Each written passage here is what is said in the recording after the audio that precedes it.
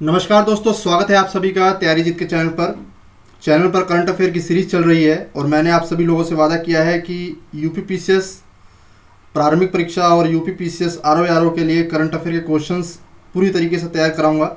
उस कड़ी में 11वां सेट है। ये प्लेलिस्ट मैंने करंट अफेयर की तैयार कर दी है। जो लोग नए हैं, पहली बार चैनल पर आ रहे हैं, वो एक बार प्लेलिस्ट को ज़रूर देखें। यूपीपीसीएस के करंट अफेयर की 2021 की प्लेलिस्ट है।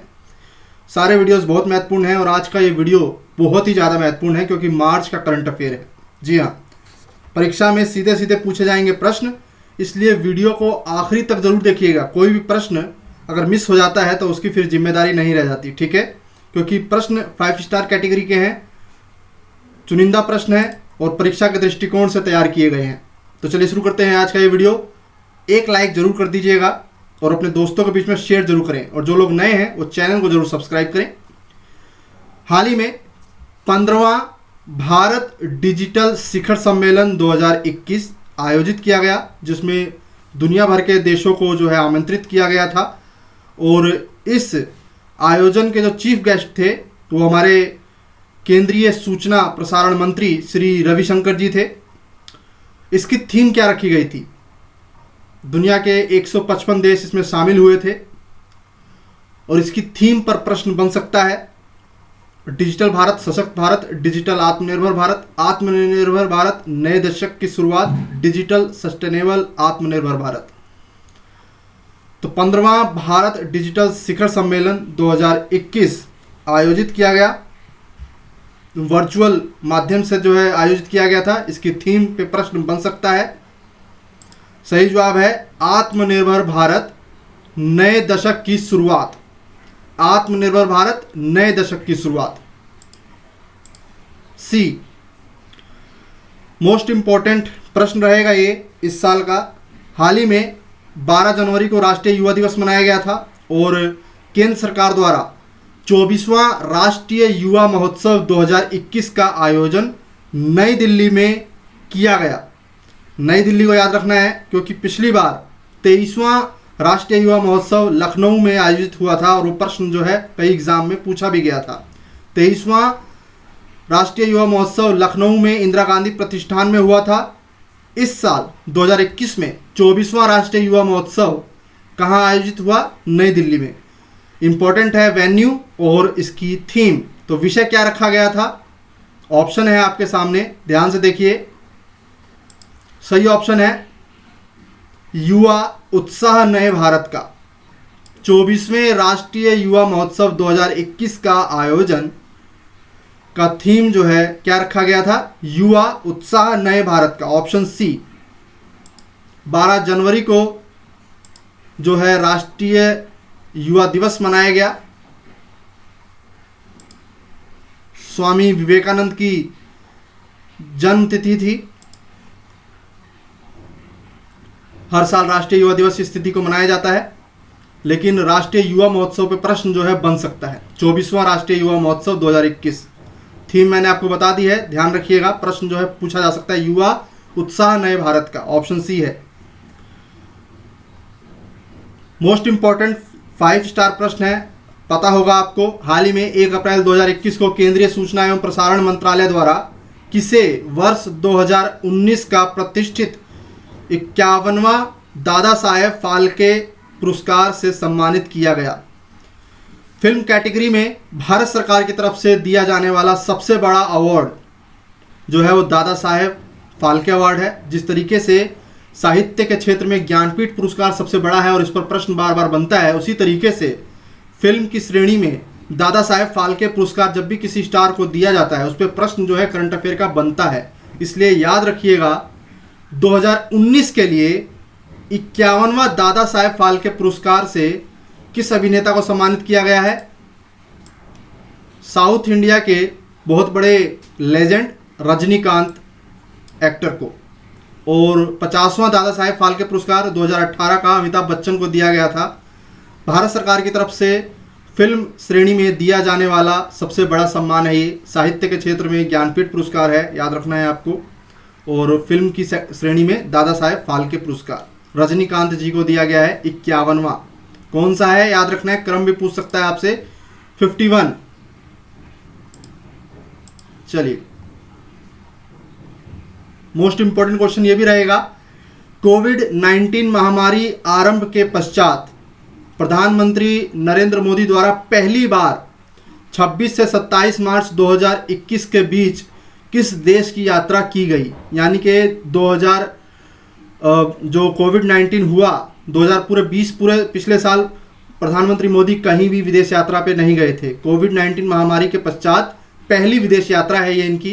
पहला पॉइंट तो ये याद रखना है। दूसरा पॉइंट ये है कि इस देश के साथ भारत के 50 वर्ष के संबंध पूरे हुए हैं, इसलिए इस देश ने अपने यहाँ राष्ट्रीय दिवस पर प्रधानमंत्री नरेंद्र मोदी को जो है अतिथि के रूप में निमंत्रण भेजा था और जिसे मोदी जी ने स्वीकार किया और ये वहाँ पे गए भी चीफ गेस्ट के रूप में। राष्ट्रीय दिवस के कार्यक्रम के चीफ गेस्ट के रूप में ये देश है बांग्लादेश।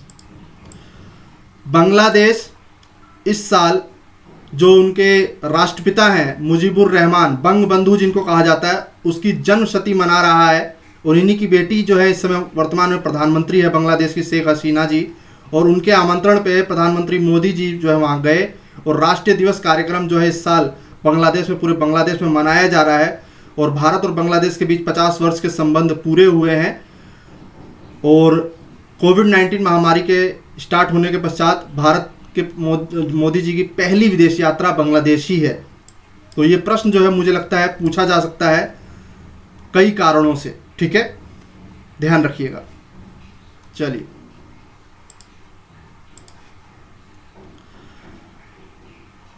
हाल ही में 30 मार्च 2021 को विश्व आर्थिक मंच के द्वारा वैश्विक लैंगिक अंतराल रिपोर्ट 2020 जारी की गई है। मोस्ट इंपॉर्टेंट क्वेश्चन 3 स्टार के साथ पूछे जाने की पूरी संभावना है। इसमें 2 तरीके से प्रश्न बनेगा, 2 या 3 तरीके से। पहला तो वैश्विक लैंगिक अंतराल रिपोर्ट किसके द्वारा जारी किया गया है, विश्व आर्थिक मंच के द्वारा, ये याद रखना है। दूसरा, टॉप 3 कंट्रीज की जो है रैंकिंग पता होनी चाहिए आपको। भारत का स्थान क्या है ये पता होना चाहिए। तो भारत का स्कोर है 0.625। सभी देशों में, दुनिया के सभी देशों में इसकी क्रम संख्या 140वीं, ये याद रखना है आपको। इसके अलावा टॉप 3 कंट्रीज, क्वेश्चन नंबर 5 का सही जवाब हो जाएगा ऑप्शन डी, आइसलैंड, फिर है फिनलैंड और फिर है नॉर्वे। इस तरह से एग्जाम में पूछ सकता है। ये एक कठिन स्वरूप है प्रश्न का पूछने का रूप में करंट अफेयर के संदर्भ में। तो याद रखना है, वैश्विक लैंगिक अंतराल रिपोर्ट विश्व आर्थिक मंच के द्वारा जारी किया गया अभी हाल ही में 30 मार्च को। फर्स्ट है आइसलैंड, दूसरा है फिनलैंड, तीसरा है नॉर्वे। भारत की जो रैंक है वो 140वीं रही और स्कोर रहा भारत का 0.625। हाल ही में क्वाड राष्ट्रों की पहली वर्चुअल शिखर सम्मेलन 2021 का आयोजन, तारीख को याद रखना है आपको, 12 मार्च 2021 को हुआ। जी हाँ, चाइना और उसके जो दक्षिणी चीन सागर है और हिंद महासागर है, इस क्षेत्र में चाइना के बढ़ते प्रभाव को कम करने के लिए, सामूहिक रूप से अपनी शक्ति को मजबूत करने के लिए एक क्वाड बनाया गया है। भारत इसका एक अभिन्न हिस्सा है। तो प्रश्न आपसे बन सकता है कि हाल ही में क्वाड की पहली वर्चुअल शिखर सम्मेलन 2021 का आयोजन हुआ 12 मार्च 2021 को, कौन सा राष्ट्र क्वाड का हिस्सा नहीं है? तो क्वाड यानी कि 4 देशों का समूह, भारत, जापान, अमेरिका, इंग्लैंड। सही है, इंग्लैंड जो है इसका हिस्सा नहीं है। भारत, जापान, अमेरिका और ऑस्ट्रेलिया। ये जो वर्चुअल समिट हुई इसमें भारत की तरफ से प्रधानमंत्री मोदी जी, जापान के राष्ट्र प्रमुख और अमेरिका के जो बाइडन, ऑस्ट्रेलिया के स्कॉट मॉरिसन, ये सभी जो है शामिल हुए थे। पहली बार ये वर्चुअल समिट हुई, तारीख है 12 मार्च 2021 को। कोविड-19, जलवायु परिवर्तन और हिंद महासागर और दक्षिणी चीन सागर को लेकर के इस विभिन्न समस्याओं के ऊपर बात हुई। तो क्वाड राष्ट्र में कौन से देश शामिल हैं ये आपको पता होना चाहिए, ठीक है। चलिए, हाल ही में 12 मार्च 2021 को प्रधानमंत्री नरेंद्र मोदी द्वारा आज़ादी का अमृत महोत्सव, नाम याद रखना है, आज़ादी का अमृत महोत्सव, ये क्या है? दरअसल हमारा जो देश आज़ाद हुआ 1947 में, उसके जो है आज़ाद होने के 75 वर्ष के फलस्वरूप जो है भारत सरकार द्वारा कई तरह के क्रियाकलाप और कार्यक्रम का आयोजन जो है किया जा रहा है, स्टार्ट किया गया है, जिसका नाम दिया गया है आज़ादी का अमृत महोत्सव, ठीक है। इंडिया @75, ठीक है, आज़ादी के 75 वर्ष। पूर्वावलोक कार्यकलापों का उद्घाटन किया गया। कहाँ से इसका स्टार्ट किया गया है केंद्र सरकार द्वारा? चंपारण, नई दिल्ली, बेलगांव, साबरमती। तो सही जवाब है अहमदाबाद के साबरमती से आज़ादी का अमृत महोत्सव कार्यकलापों का उद्घाटन प्रधानमंत्री नरेंद्र मोदी द्वारा 12 मार्च 2021 को किया गया है। ठीक है। भारत की 75वीं वर्षगांठ मनाने हेतु भारत सरकार द्वारा कार्यक्रम का शुभारंभ अहमदाबाद के साबरमती से किया गया है, जिसका नाम दिया गया है आज़ादी का अमृत महोत्सव। ये चलेगा 15 अगस्त 2023 तक। डेट याद रखनी है, 15 अगस्त 2023 तक। इसके अलावा उत्तर प्रदेश के मुख्यमंत्री योगी आदित्यनाथ द्वारा आज़ादी का अमृत महोत्सव का शुभारंभ कहाँ से किया गया? ये प्रश्न भी बन सकता है, यूपी रिलेटेड करंट है। लखनऊ के शहीद स्थल काकोरी से। ठीक है, तो याद रखना है आपको, आज़ादी के अमृत महोत्सव का शुभारंभ उत्तर प्रदेश के लखनऊ के शहीद स्थल काकोरी से योगी आदित्यनाथ द्वारा किया गया। इंपॉर्टेंट क्वेश्चन है। 12 मार्च 2021 से जो है भारत सरकार, केंद्र सरकार द्वारा जो है आज़ादी के 75 वर्ष के कार्यक्रमों को शुभारंभ किया गया है। एक और इंपॉर्टेंट प्रश्न, हाल ही में 25 फरवरी 2021 को राष्ट्रपति द्वारा किस राज्य केंद्र शासित प्रदेश की विधानसभा को भंग करते हुए राष्ट्रपति शासन लगा दिया गया है? इस प्रदेश की विधानसभा ने जो है सिफारिश की थी राष्ट्रपति को विधानसभा भंग करने के लिए, और इस राजनीतिक संकट के चलते इस केंद्र शासित प्रदेश में जो है राष्ट्रपति शासन लगाया गया है। पहले किरण बेदी जो है राज्यपाल थी, फिर उसके बाद तमिलिसाई सुंदरराजन जो है नई राज्यपाल बनी है। सही जवाब हो जाएगा इसका पुदुचेरी। पुदुचेरी में जो अभी हाल ही में राष्ट्रपति शासन लगाया गया रामनाथ कोविंद द्वारा 25 फरवरी 2021 को अधिसूचना जारी की गई। याद रखिएगा, पुदुचेरी में राष्ट्रपति शासन हाल ही में लगाया गया था।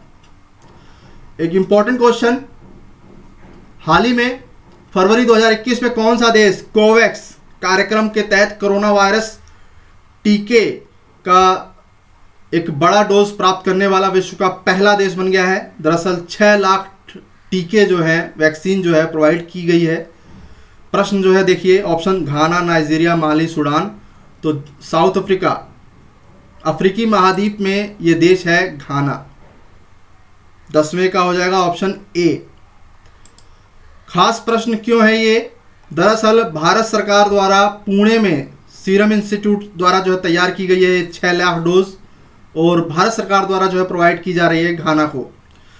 अप्रैल 2020 में WHO, यूरोपियन आयोग और फ्रांस के सहयोग से पूरी दुनिया के देशों के लिए एक कोवैक्स कार्यक्रम स्टार्ट किया गया, ताकि वैक्सीन ज़्यादा बना करके पूरी दुनिया की मदद की जा सके, और इस क्रम में कोवैक्स कार्यक्रम इसका नाम दिया गया था।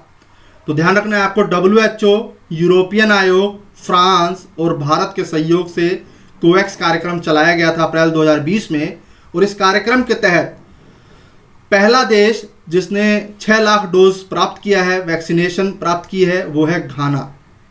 Important question. एक और 5 स्टार क्वेश्चन, हाल ही में 20 मार्च 2021 को संयुक्त राष्ट्र महासभा के नेतृत्व में जारी विश्व प्रसन्नता रिपोर्ट 2021 जारी की गई है। इसमें दुनिया का सबसे खुशहाल देश प्रश्न बन सकता है, और भारत का स्थान क्या रहा ये बन सकता है। कुल मिला के 149 देशों को शामिल किया गया। प्रश्न संख्या 11 सही जवाब हो जाएगा। भारत की रैंक जो है, पहले तो याद रखना है आपको, 139वीं। दुनिया का सबसे खुशहाल देश फिनलैंड, दूसरे नंबर पे डेनमार्क, तीसरे नंबर पे स्विट्जरलैंड। दुनिया का सबसे दुखद देश या फिर कहें अशांत देश अफगानिस्तान है इस सूची में, उसको भी याद रखना है। अफगानिस्तान का रैंक सबसे आखिरी में है। भारत का रैंक है 139वां, फिनलैंड ने टॉप किया है। दुनिया का सबसे खुशहाल देश फिनलैंड है। ये 5 स्टार क्वेश्चन है। विश्व प्रसन्नता रिपोर्ट संयुक्त राष्ट्र महासभा के नेतृत्व में जारी हुई है। एक और इंपॉर्टेंट क्वेश्चन जो कि मुझे लगता है कि प्रश्न बन सकता है, हाल ही में 15 मार्च 2021 को स्टॉकहोम अंतर्राष्ट्रीय शांति अनुसंधान संस्थान सिप्री, डायरेक्ट प्रश्न बनेगा कि 15 मार्च 2021 को सिप्री द्वारा जारी अंतर्राष्ट्रीय शस्त्र हस्तांतरण प्रवृत्तियां रिपोर्ट जो है जारी की गई है, उसके अनुसार वर्ष 2016 से 2020 की अवधि में विश्व का शीर्ष शस्त्र यानी कि हथियार आयातक राष्ट्र, सबसे ज़्यादा हथियार आयात करने वाला राष्ट्र कौन सा है? ऑप्शन आपको मिल सकता है भारत, सऊदी अरब, मिस्र, रूस। ये क्वेश्चन जो है 4 स्टार के साथ है दोस्तों, और मुझे लगता है कि पूछा जा सकता है। सही जवाब हो जाएगा सऊदी अरब। सऊदी अरब दुनिया का 11%। इसके बाद आएगा भारत, फिर आएगा मिस्र। तो पहले 3 राष्ट्र जो दुनिया का सबसे बड़ा हथियार आयातक राष्ट्र है, सऊदी अरब नंबर 1 11%, फिर है भारत 9.5%, और फिर है मिस्र। पाकिस्तान का नंबर 10वां है। और अगर प्रश्न बनता है इसी रिपोर्ट के अनुसार, सिप्री की रिपोर्ट के अनुसार दुनिया का सबसे बड़ा हथियार निर्यातक राष्ट्र कौन सा है, तो पहले 3 निर्यातक राष्ट्र का नाम सुन लीजिए। सबसे बड़ा जो है संयुक्त राज्य अमेरिका यूएसए, दूसरे नंबर पे है रूस, और तीसरे नंबर पर है फ्रांस। तो क्रम संख्या में पूछ सकता है, पहला टॉपर कौन है वो पूछ सकता है, तो पता होना चाहिए। सबसे बड़ा आयातक सऊदी अरब, सबसे बड़ा निर्यातक यूएसए। भारत का स्थान है दूसरा, और निर्यातक में भारत का स्थान है 24वां। भारत आयात भी करता है बहुत बड़ी मात्रा में और निर्यात भी करता है, लेकिन आयात बहुत ज़्यादा करता है। तो भारत का स्थान है दूसरा, सऊदी अरब का स्थान है नंबर 1। तो यहाँ पे बी हो जाएगा सही जवाब। दुनिया का सबसे बड़ा आयातक राष्ट्र है हथियारों का सऊदी अरब। हाल ही में विश्व बैंक द्वारा 13 फरवरी 2021 को भारत के संदर्भ में सड़क दुर्घटनाओं के आंकड़े जारी किया गया है। विश्व बैंक द्वारा जारी किया गया है भारत के संदर्भ में आंकड़े। तो प्रश्न बनने की संभावना है। भारत में दुनिया का 1% जो है परिवहन संसाधन है, यानी कि यहाँ की जो गाड़ियाँ हैं पूरे भारत की, वो पूरी दुनिया के कंपैरिजन में केवल 1% है। लेकिन यहाँ पर जो मृत्यु हुई है वो 10% है। ऑप्शन ए, दुनिया का 10%, जबकि परिवहन संसाधन केवल 1% है। और ये जो आंकड़े लिए गए थे ये इन राज्यों से लिए गए हैं, उत्तर प्रदेश, बिहार, तमिलनाडु और महाराष्ट्र। हाल ही में आरबीआई द्वारा जारी किए गए आंकड़ों के अनुसार 12 मार्च का करंट है, भारत सर्वाधिक विदेशी मुद्रा भंडार वालों की सूची में किस स्थान पर पहुंच गया है? एक बहुत बड़ी उपलब्धि भारत सरकार द्वारा हासिल की गई है। आरबीआई ने एक डाटा जारी किया है जिसके अनुसार रूस को पीछे करते हुए भारत जो है दुनिया का 4था सबसे बड़ा विदेशी मुद्रा भंडार वाला राष्ट्र बन गया है। विदेशी मुद्रा भंडार जो है किसी भी राष्ट्र के लिए बहुत ही अनिवार्य होता है अर्थव्यवस्था को मजबूती के साथ खड़ा रखने के लिए। तो 4थे स्थान पर, और किसको पीछे किया है? रूस को। दुनिया के 3 बड़े राष्ट्र चीन, जापान और स्विट्जरलैंड है जिनके पास विदेशी मुद्रा भंडार डॉलर में सबसे ज़्यादा है।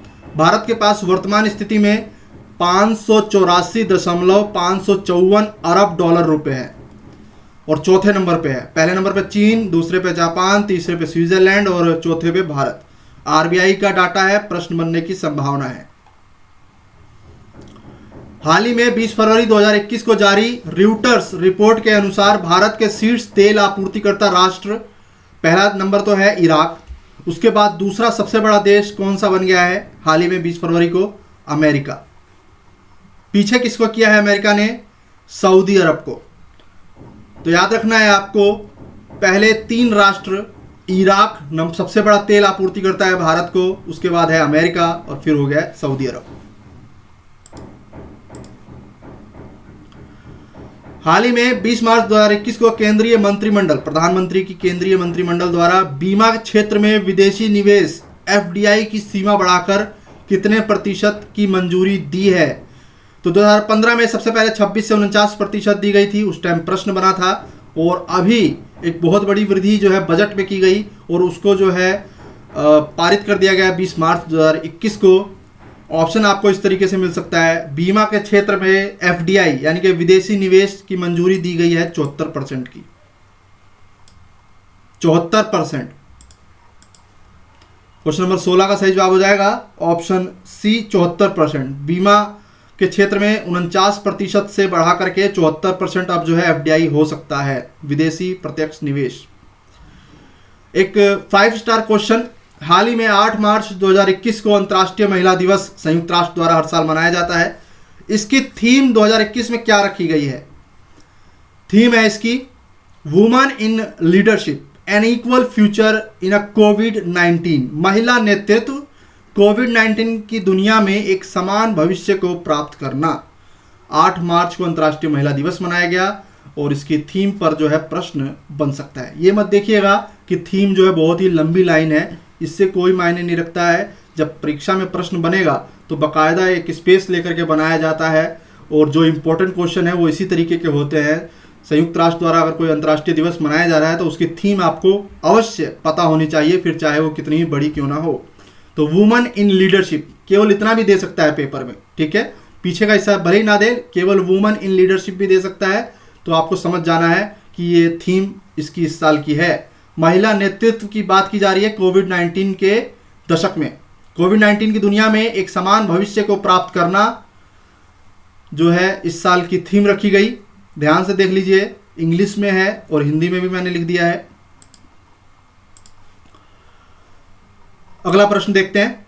हाल ही में 8 मार्च को देश की महिला उद्यमियों के मेंटरशिप प्रोग्राम हेतु स्टार्टअप उन्नति नामक एक कार्यक्रम किस बैंक द्वारा आरंभ किया गया है? ये एक इंपॉर्टेंट क्वेश्चन है, जरा ध्यान देखिए। हाल ही में 8 मार्च को देश की महिला उद्यमियों के मेंटरशिप प्रोग्राम हेतु किस बैंक द्वारा स्टार्टअप उन्नति नामक एक कार्यक्रम जो है लॉन्च किया गया है। देश की 4000 महिलाओं को मेंटरशिप करने का जो है लक्ष्य रखा है HDFC बैंक ने। HDFC बैंक 8 मार्च को लॉन्च किया गया है स्टार्टअप उन्नति। तो स्टार्टअप उन्नति जो है किस बैंक का प्रोग्राम है? HDFC। महिला सशक्तिकरण से संदर्भ में प्रश्न है ये। अब ये 5 स्टार का प्रश्न है, इस पर मुझे लगता है प्रश्न बनना चाहिए। हाल ही में 4 मार्च 2021 को अमेरिकी think tank the heritage foundation द्वारा जारी आर्थिक स्वतंत्रता सूचकांक, तो किसके द्वारा जारी है आर्थिक स्वतंत्रता सूचकांक? The heritage foundation. नाम याद रखना है किसने जारी किया है। द हेरिटेज फाउंडेशन द्वारा जारी आर्थिक स्वतंत्रता सूचकांक 2021 में भारत की रैंक क्या रही? 4 मार्च को जो है जारी किया गया है। सही जवाब है भारत 121वें स्थान पर रहा। कुल मिला के 178 देशों की सूची में पहले 3 देश सिंगापुर, न्यूजीलैंड, ऑस्ट्रेलिया। 3 तरीके से प्रश्न बन सकता है। पहला आपसे पूछा जा सकता है कि आर्थिक स्वतंत्रता सूचकांक किसके द्वारा जारी किया गया? The heritage foundation. भारत का स्थान 121वां। पहले 3 राष्ट्र सिंगापुर, न्यूजीलैंड, ऑस्ट्रेलिया। चलिए आगे बढ़ते हैं। यह भी एक इंपॉर्टेंट क्वेश्चन है। हाल ही में भारत और जापान के मध्य संयुक्त रूप से एक चंद्र मिशन सहयोग की समीक्षा की गई है। इस मिशन का क्या नाम दिया गया है? ल्यूपेक्स, प्रज्ञान, अपॉर्चुनिटी, स्पेस रिसर्च। सही जवाब हो जाएगा ल्यूपेक्स। चंद्रमा पर दक्षिणी ध्रुव पर जो है लैंडर और रोवर भेजे जाएंगे 2023 और 25 के साल में, और ये पता किया जाएगा कि चंद्रमा पे पानी की संभावना क्या है। उस हेतु भारत और जापान के मध्य एक संयुक्त रूप से चंद्र मिशन सहयोग पर हस्ताक्षर हुआ है। इस मिशन का नाम दिया गया है ल्यूपेक्स। लूनर, इसकी फुल फॉर्म भी मैं बताऊंगा। इसकी फुल फॉर्म है लूनर पोलर एक्सप्लोरेशन। याद रखना है आपको, ल्यूपेक्स नाम है। यह एक रोबोट चंद्र मिशन है। इसका उद्देश्य है चंद्रमा के दक्षिणी ध्रुवों पर लैंडर और रोवर भेजना। भारत और जापान के सहयोग से इस मिशन का नाम दिया गया है लूनर। इसरो के अध्यक्ष हैं के सिवन और जापान का जो स्पेस एजेंसी है उसका नाम है जाक्सा। उसके अध्यक्ष हैं हिरोशी यामाकावा। उनके नेतृत्व में जो है ये ल्यूपेक्स योजना इन दोनों के नेतृत्व में चलाई जा रही है। इसका फुल फॉर्म है लूनर पोलर एक्सप्लोरेशन। इसका लक्ष्य है पानी का पता लगाना चंद्रमा के दक्षिणी ध्रुव पे, और 2023 और 25 के वर्ष में जो है लैंडर और रोवर भेजा जाएगा भारत सरकार के इसरो और जाक्सा के द्वारा। हाल ही में 10 मार्च 2021 में किस देश के वैज्ञानिकों ने विश्व के सबसे शक्तिशाली सुपर कंप्यूटर नाम है फुगाकू को तैयार किया है। फुगाकू पिछले 6 वर्ष से तैयार हो रहा था ये, और ये वर्तमान में दुनिया का सबसे शक्तिशाली सुपर कंप्यूटर है। जापान का जो वर्तमान कंप्यूटर है उससे 100 गुना तेज है ये कंप्यूटर फुगाकू, और जापान ने ही इसे बनाया है। याद रखना है आपको, वर्तमान में दुनिया का सबसे शक्तिशाली सुपर कंप्यूटर है फुगाकू। किसका है ये? जापान का है। 21वें का ऑप्शन बी है, और ये प्रश्न भी 4 स्टार वाला है, पूछा जा सकता है। पिछले 6 वर्ष से तैयार हो रहा था और अभी हाल ही में इसका जो इनोवेशन किया गया जापान सरकार द्वारा, उसका नाम है फुगाकू। हाल ही में किस देश द्वारा आर्कटिक की जलवायु और पर्यावरण की निगरानी हेतु पहला उपग्रह लॉन्च किया गया है? भारत, रूस, जापान, अमेरिका। तो आर्कटिक की जलवायु के लिए पहला उपग्रह, अभी तक जो है अंटार्कटिका के लिए ज़्यादातर उपग्रह लॉन्च होते थे, लेकिन अब आर्कटिक के लिए पहला उपग्रह जो है लॉन्च किया है रूस ने। रूस की स्पेस एजेंसी रॉसकोसमोस द्वारा जो है एक उपग्रह लॉन्च किया गया है। आपसे भी प्रश्न पूछा जा सकता है, हाल ही में आर्कटिक की जलवायु और पर्यावरण की निगरानी हेतु एक उपग्रह आर्कटिक एम लॉन्च किया गया है। ये किस राष्ट्र के द्वारा लॉन्च किया गया है? रूस के द्वारा। उपग्रह का नाम क्या है? Arctic M. रूस के द्वारा जो है लॉन्च किया गया है, और दुनिया में किसी भी देश के द्वारा इस तरह का जो है उपग्रह लॉन्च किया जाना एक पहली घटना है। तो ये प्रश्न जो है पूछा जा सकता है। आर्कटिक के जलवायु की निगरानी और पृथ्वी पर पड़ने वाले इसके प्रभाव के संदर्भ में पहला उपग्रह लॉन्च करने वाला देश रूस है। उपग्रह का नाम है आर्कटिक एम। तो आज के इस वीडियो में इतना ही। आशा करता हूं कि ये वीडियो आपको पसंद आई होगी। वीडियो पसंद आए तो वीडियो को लाइक करिएगा और अपने दोस्तों के बीच में शेयर जरूर करें। मिलते हैं अगले वीडियो में, तब तक के लिए नमस्कार, धन्यवाद।